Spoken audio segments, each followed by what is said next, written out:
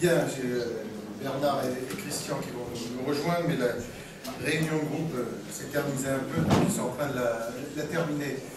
Sur les deux points importants qu'on a évoqués, tout d'abord sur l'ANI, la position du groupe sera l'abstention pour les raisons suivantes. On ne va pas voter contre ce texte parce qu'il y a un certain nombre de points qui nous semblent essentiels, à savoir l'accès à la complémentaire santé, les droits rechargeables, et puis les accords de maintien à l'emploi qui permettent à la fois de pouvoir, dans des situations particulières, sous réserve d'accord d'entreprise, de baisser le temps de travail et les salaires. Donc c'est ce que nous demandions en matière de flexibilité, donc c'est ce qui fait qu'on ne votera pas contre ce texte. En revanche, le texte a été dénaturé tout au long des débats, où on a assisté à ce débat gauche-gauche avec l'éclatement d'ailleurs très souvent du PS en son sein, sans parler de leurs alliés, c'est-à-dire avec la clause de désignation qui est maintenant en quelque sorte gravée dans le marbre, le financement de la complémentaire santé qui était prévu à parité et qui maintenant est considéré comme un plancher, c'est-à-dire qu'on peut aller au-delà pour l'entreprise, ce qui crée des charges supplémentaires pour les entreprises. On a également le licenciement qui était prévu, qui est maintenant prévu comme un licenciement économique en cas de refus de la mobilité interne, alors qu'il était au préalable licenciement considéré comme un licenciement pour convenance personnelle. On a l'avis du comité d'entreprise qui est recueilli sur le CICE. Bon, déjà que le CICE ne marche pas, mais alors là, on a encore inventé une usine à gaz qui n'a absolument rien à voir avec l'accord. Donc ça, ce sont les raisons qui font qu'on ne peut pas voter pour. Donc nous avons pris la décision de l'abstention, alors qu'on était au départ, je vous l'avais dit, plutôt sur un regard positif. Mais bon, après le débat à l'Assemblée, on sera donc sur cette position de l'abstention. Et puis, on est revenu également sur le scandale Cahuzac.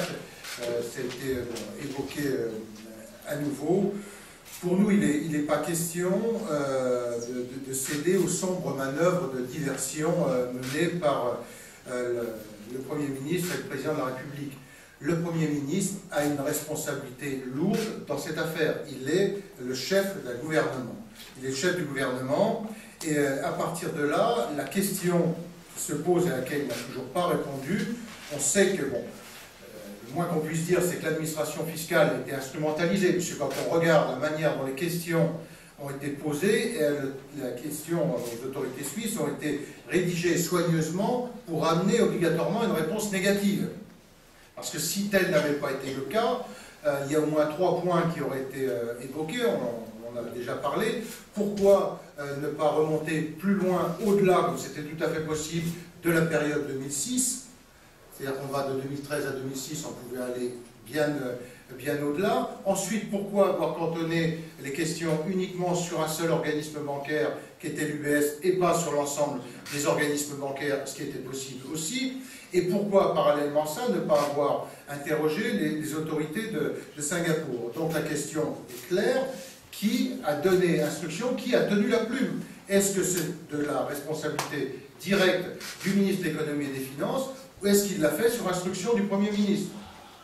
Et à cette question, le Premier ministre refuse de répondre, le Président de la République ne répond pas non plus, le ministre de l'économie et des finances non plus. Et donc ensuite, alors on peut ouvrir toutes les manœuvres de diversion que l'on veut.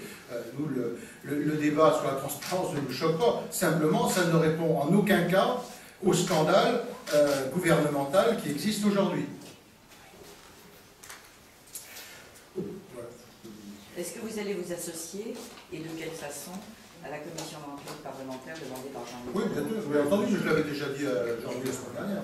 Mais de quelle façon De quelle façon on participe, puisque c'est au prorata, devra y avoir, et on devra avoir, je ne sais pas, 13 ou 15 membres, et puis l'UDI devra avoir un membre ou deux, parce que c'est au prorata des groupes.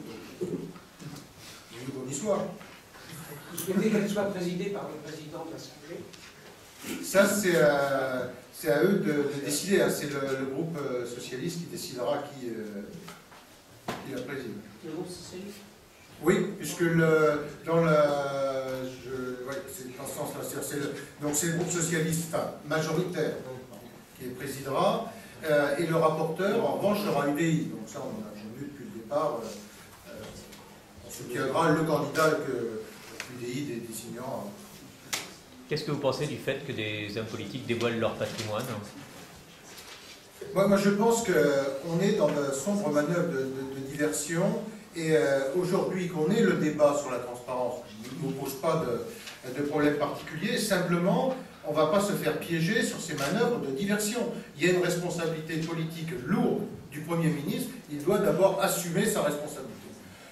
Ensuite, j'ai eu l'occasion de le dire, sur la transparence, moi je pense qu'il faut, si on veut poser ce débat, il faut le poser de manière beaucoup plus large, c'est-à-dire ça ne peut pas être cantonné aux seuls parlementaires ou ministres, mais à tous ceux qui décident au nom du peuple français ou qui portent la parole publique. C'est pour ça que j'ai eu l'occasion de dire qu'il faut que ça concerne, de mon point de vue, si on arrivait dans cette voie, à minima, il faut que ça concerne l'ensemble des élus, mais aussi les hauts fonctionnaires, les magistrats, les journalistes, les patrons d'organisations syndicales, les ONG, tous ceux qui portent la parole publique à un moment ou à un autre. Et d'ailleurs, si on voulait être très cohérent, c'est pas ça qu'il faut faire, c'est de dire, eh bien, il y a l'obligation à tous les citoyens français de publier leur patrimoine et leurs revenus.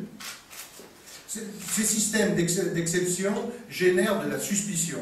Et personne n'a à gagner à aller sur ce terrain-là. Si on considère qu'on doit aller dans la transparence, allons-y.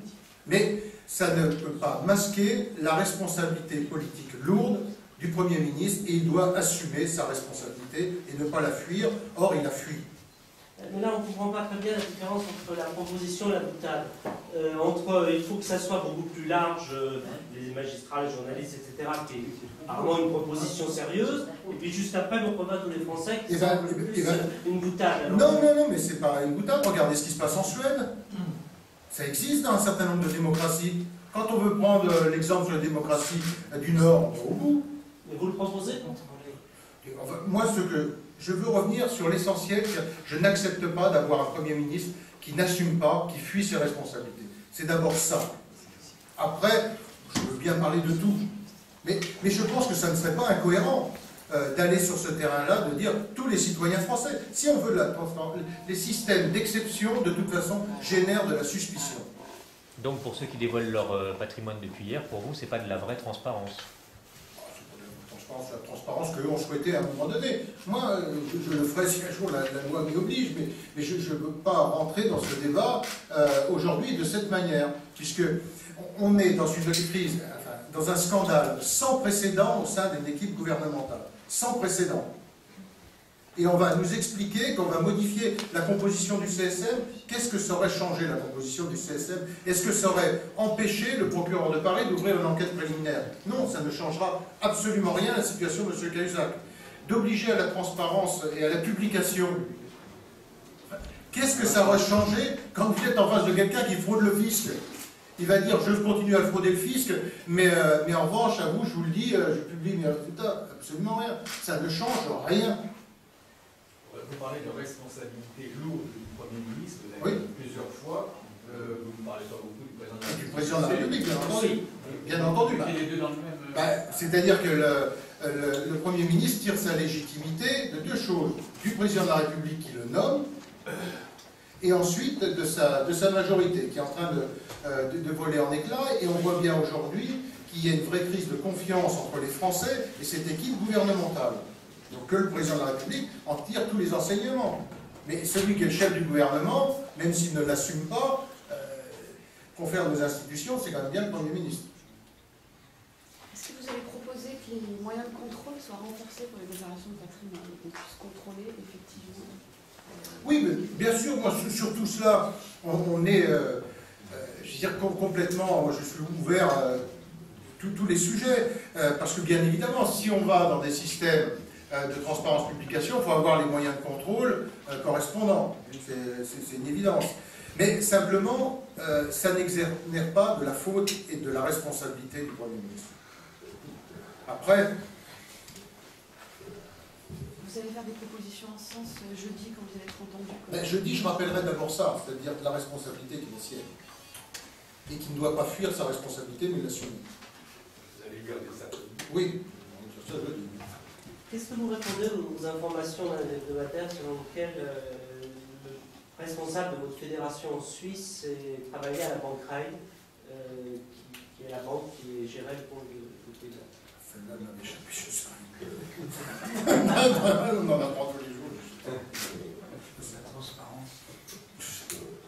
Sur l'activité, bon, je ne sais pas, mais sur la responsabilité, enfin sur la possibilité de cumul d'un métier ou l'interdiction, j'entends point, moi je suis scandalisé par cela. Il faut bien évidemment que les parlementaires puissent avoir une activité professionnelle. Ce qui fait la richesse de notre Assemblée, c'est qu'il y a des agriculteurs, ils ne sont pas suffisamment nombreux, mais enfin il y en a quelques-uns, il y a des agriculteurs, il y a des avocats, il y a des chirurgiens, il y a des médecins, il y a des artisans, il y a des fonctionnaires, il y a des cadres du privé, il y a des salariés. Et le jour où on interdit ça, ça veut dire qu'on aura une Assemblée nationale qui ressemblera à quoi? Elle sera composée d'apparatchiks des partis politiques et des fonctionnaires qui se seront mis en disponibilité. On rajoute la proportionnelle à tout ça.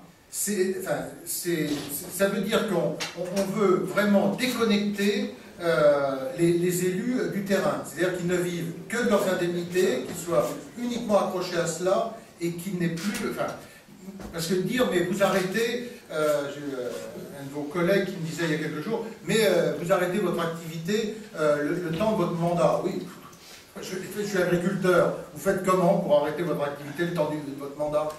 Oui, mais vous, c'est des exploitations, et c'est pas 5 ans. Un bail agricole, c'est 18 ans. Moi, je l'ai fait parce qu'à un moment, bon, effectivement, j'ai décidé de passer, de céder l'exploitation. Mais comment vous faites le retour? Il n'y a plus de retour possible. C'est-à-dire qu'on va rendre une classe politique où, de fait, on aura des apparatchiks de partis politiques qui viendront faire un mandat, puis après seront repris comme conseillers dans leur parti ou dans un exécutif. Ce qui serait invraisemblable et catastrophique pour notre Parlement. Et alors après, on va nous faire le tri entre les bons et les mauvais. C'est-à-dire que certains métiers, c'est acceptable et d'autres, ça ne l'est pas. Tout ça n'a aucun sens. On est en train de faire un écran de fumée parce qu'encore une fois, on a un exécutif national. C'est bon?